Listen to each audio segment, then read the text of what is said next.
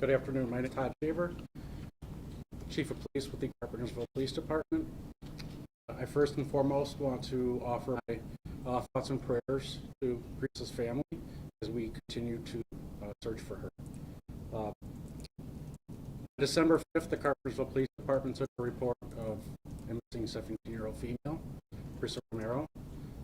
We have since then continued our efforts to look for her and search for her in every way possible. Both Carpentersville and Vernon Hills have been working very closely together to conduct the search.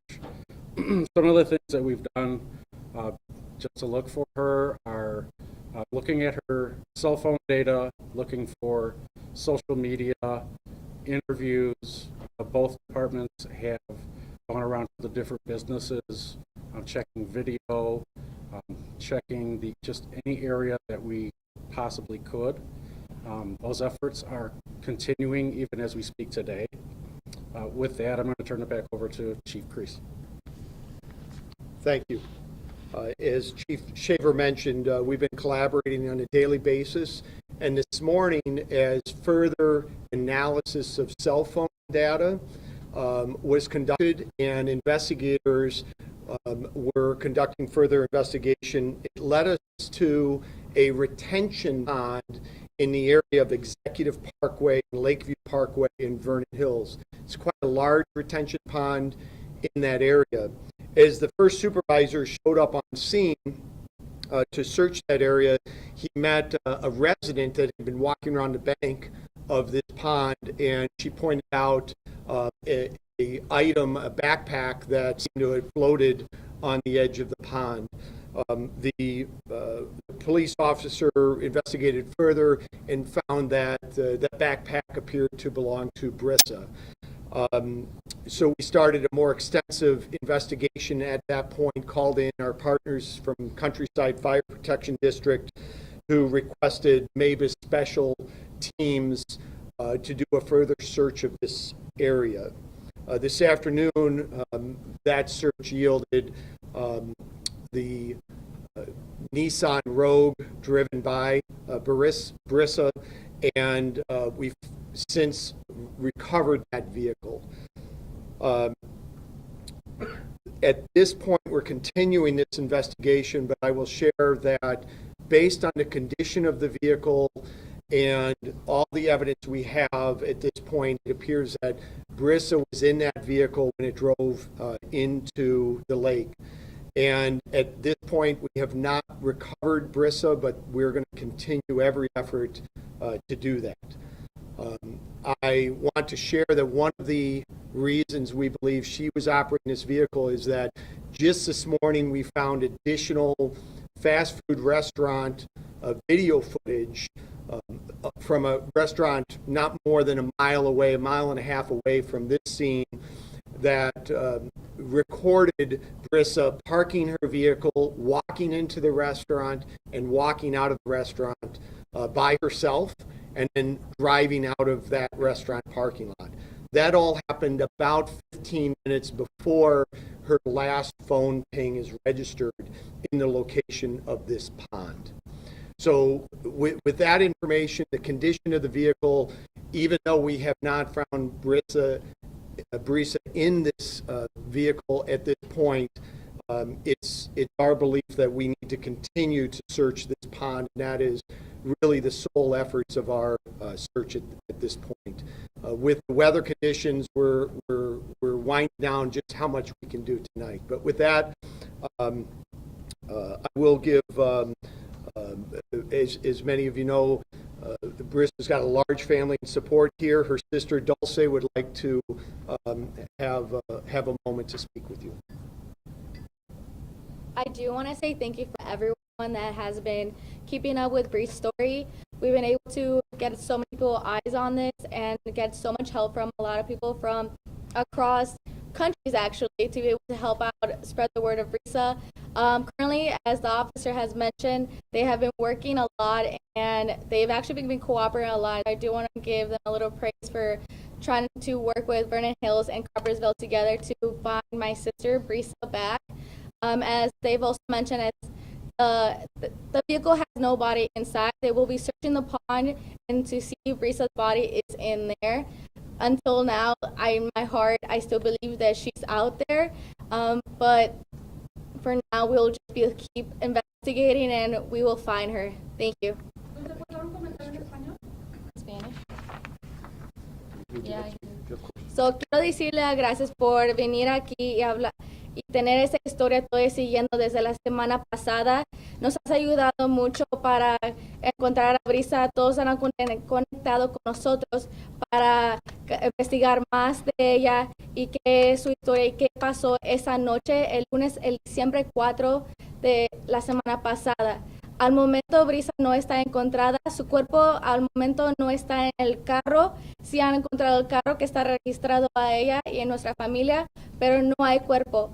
Puede tener, al momento están buscando por el cuerpo, pero en nuestro corazón sabemos que Brisa todavía está afuera viviendo y vamos a encontrarla. Gracias. Entonces es que ella todavía está bien. Sí, nuestra esperanza todavía que está viva.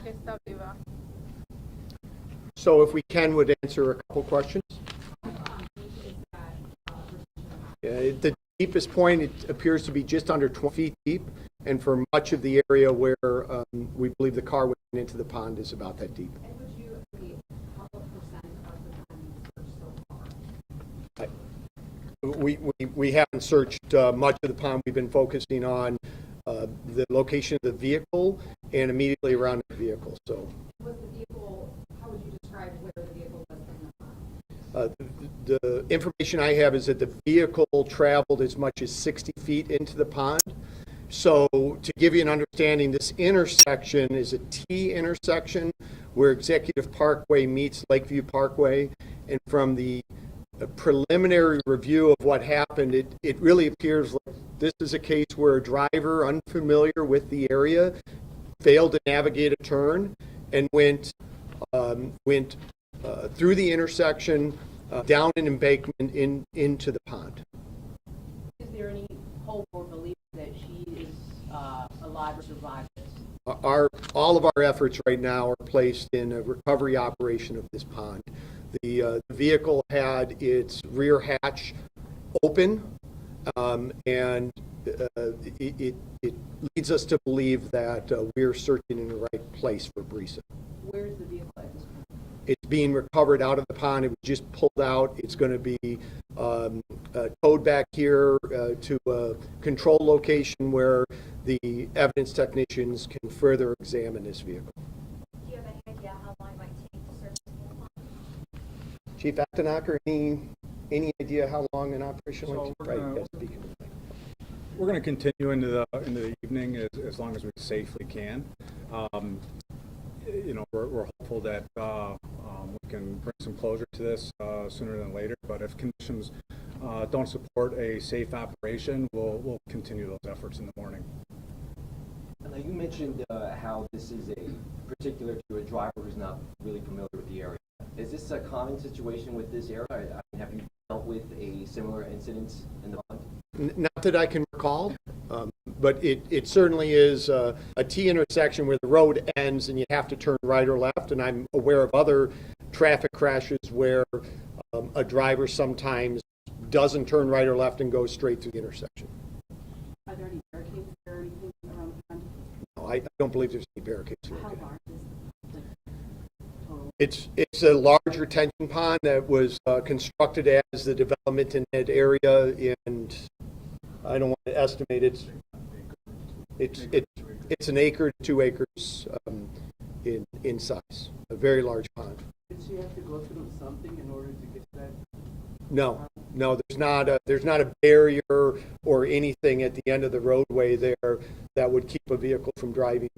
And this is one of the things that our officers have been doing daily and nightly since asked to assist Carpentersville police on day one of this investigation, has been searching every parking lot and looking for signs of vehicle traveling into a pond. We just were afraid this might be the case. They've conducted a thorough grid search of every parking lot in the village, and to the extent possible, looked at these areas of waterways near roadways that potentially was on the path that Brisa would have found herself looking for the Bolero bowling alley. Is there any, were there any tire marks or anything in the grass? So nothing obvious to the naked eye. Now that we know exactly where we're looking, we are seeing some images of some matting on the grass. So the investigators will be looking harder at that. But even this morning when we first located belongings, Brisa's belongings, we had staff members walking this, and it wasn't anything that we could see with easily determine that there were tire marks. It's not ruts in the dirt or anything like that.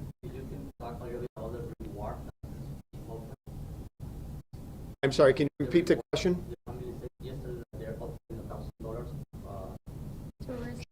Yeah. I want to speak to the report.